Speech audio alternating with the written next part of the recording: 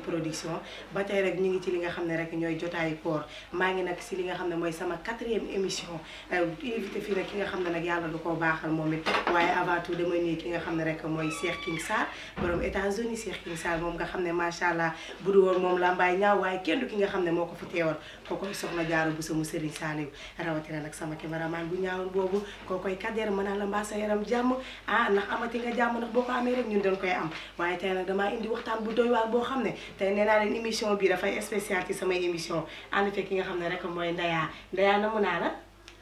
mami nuyu naa la ci loo nekk. yaa ngi si jàmm. ça va bien. Ndeya dama lay bàyyi rek nga nuyu ñi nga xam ne ñoo lay seetaan. waaw maa ngi nuyu téléspectateur King Production. yéen ñi ñuy seetaan di ñu safoo.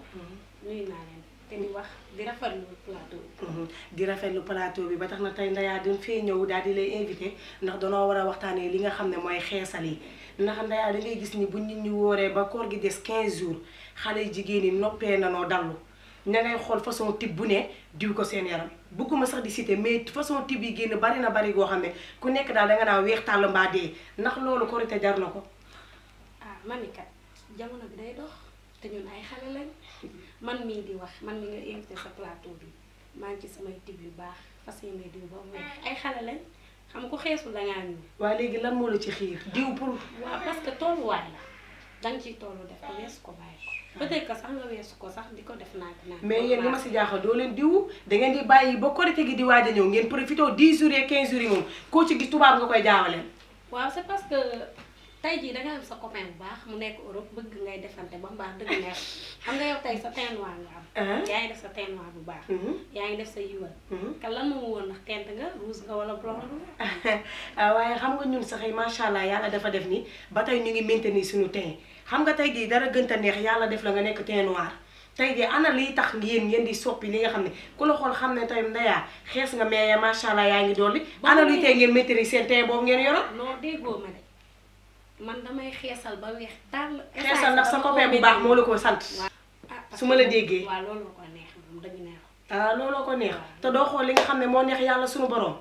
gis nga fii ku ci nekk saa boo xëyee di nga def loo xam te neexul suñu borom mais dañuy sabablu rek kenn xamul kan la kooram nangu wala kenn xamul kan la jaamu yàlla nangu. mais man pour man bu ñu waxee koor rek ba jaamu yàlla dugg si ndax xeesal da ngeen koo war a teg nee ndax ba koor àndut ak diw àndut ak maquillage àndut ak rosa àndut ak lippale bu ba muy si te yéen ngeen ne boo leen duggee si 15e jour da ngeen di firé ku ne yàlla létt ma war ngeen a xoolaat seen bopp yéen jigéen yi de.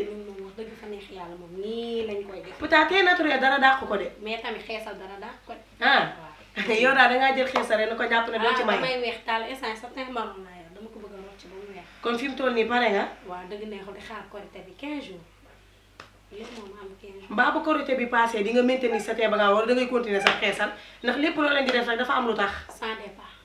ça dépend si sa copain ndax yow moom nee nga sa copain moo tax ngay diw. sama copain moom dafa bëgg. mais lu la leen di dina la tax xam du la tax.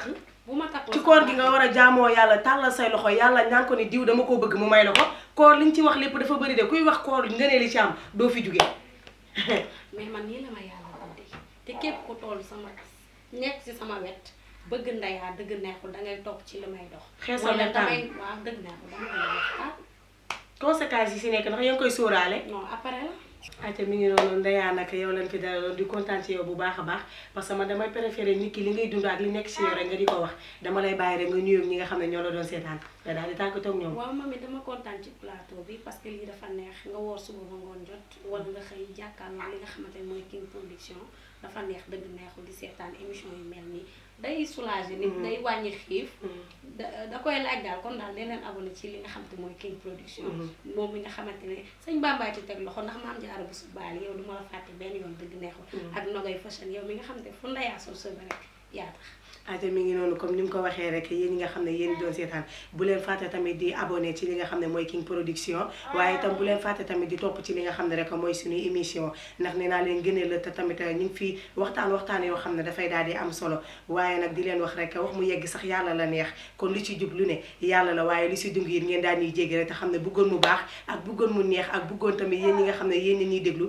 ngeen daal di koy jëriñoo kon nee naa fes na mes kontaan naa ci yéen